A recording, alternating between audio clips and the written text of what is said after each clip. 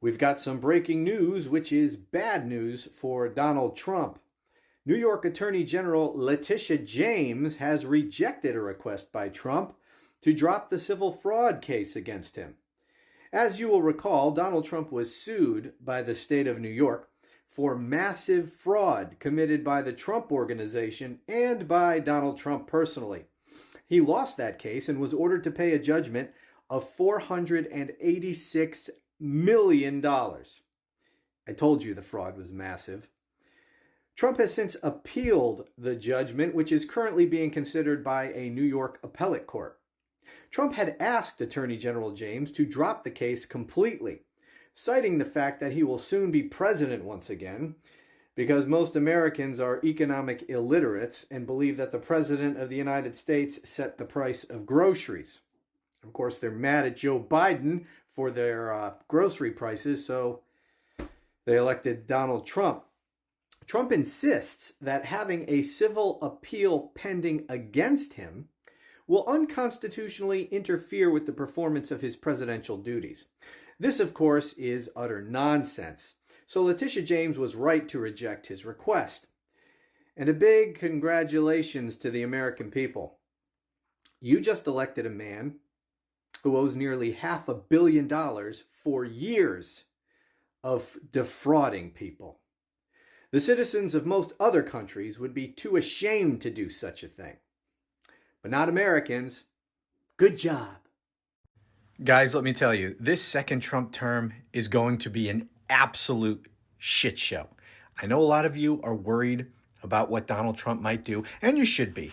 I mean, look, the guy is an extremist nut who has authoritarian dreams. But he's not going to be able to accomplish most of what he's going to try to do because his White House and this entire MAGA movement is going to be so dysfunctional. It's going to eat itself from within. Already it's starting. We have lunatics on the MAGA right attacking co-president Elon Musk.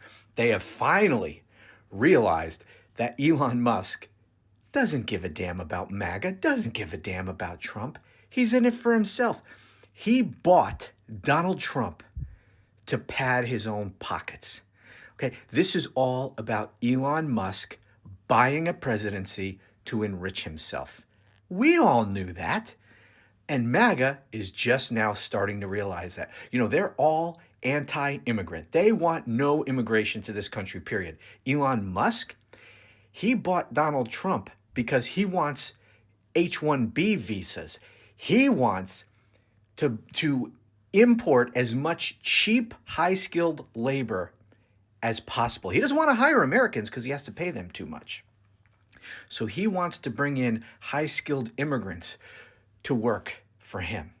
MAGA is just realizing this, and they are losing their minds. You got Laura Loomer, you got Ann Coulter attacking Elon Musk, saying, you're fake MAGA, you just supported Donald Trump for your own benefit.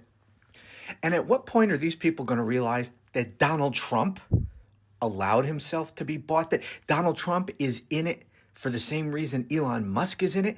Donald Trump doesn't give a shit about these people. He doesn't care about MAGA. That was just a slogan to fool these people. He is in it for money, just like Elon Musk is. How long before they start realizing that about Trump and start turning on him? Because each day of his presidency that goes by, he is going to lose some of his power as they realize, look, Donald Trump isn't the future of our movement anymore. He's going to be out of office soon. He can't run again. And they're going to start being honest with themselves that they were played by Donald Trump, as they're beginning to be honest with themselves about the fact that they were played by Elon Musk. Guys, this is going to be a complete and total shit show. Yes, he's going to do some bad things, but this whole house of cards is going to... But let me tell you about the people that you can't seem to want to, that you continue to want to defend and who have been pardoned. Here are some of the convicted felons that Trump set free on Monday. Stephen Cappuccio, convicted of 6 felonies, including assaulting a police officer, ripped off Metro police officer Daniel Hodges' gas mask, and at one point during the assault he said, and I quote, "How do you like me now, mother effer?" Pardoned by Donald Trump. David Dempsey, sentenced to 20 years. He stomped on police officers' heads, struck an officer in the head with a metal crutch, and attacked police with pepper spray and broken pieces of furniture.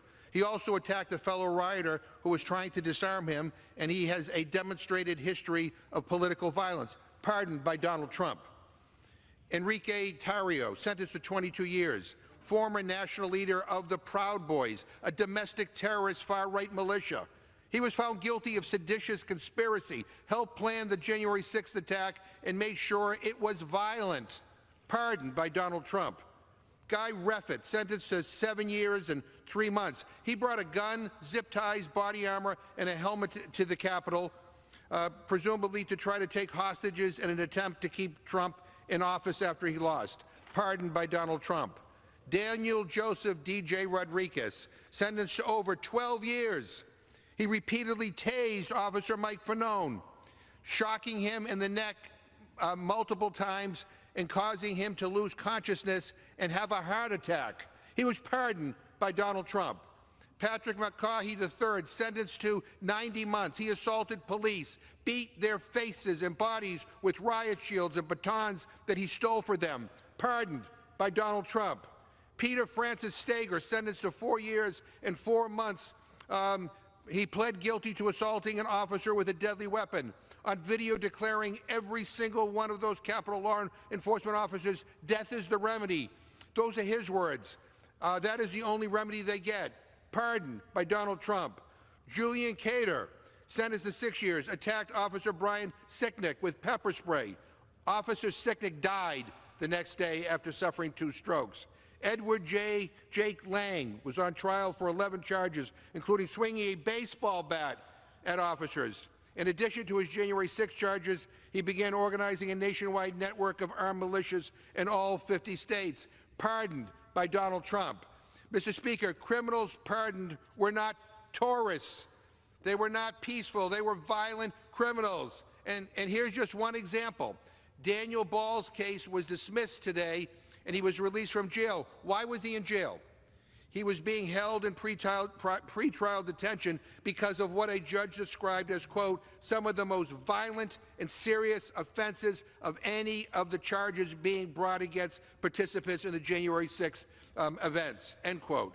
That includes hurling an explosive device into the Lower West Terrace tunnel of the Capitol, the scene of some of the most egregious violence against police that day. Some officers suffered from hearing loss for months. But get this, Mr. Speaker, Mr. Ball has already been arrested again on federal gun charges. And he was already a 2-time convicted felon for, and I quote, domestic violence battery by strangulation and resisting law enforcement with violence. Yeah, he already arrested again. This is who the president pardoned. This is why my Republican friends are silent, because this is indefensible.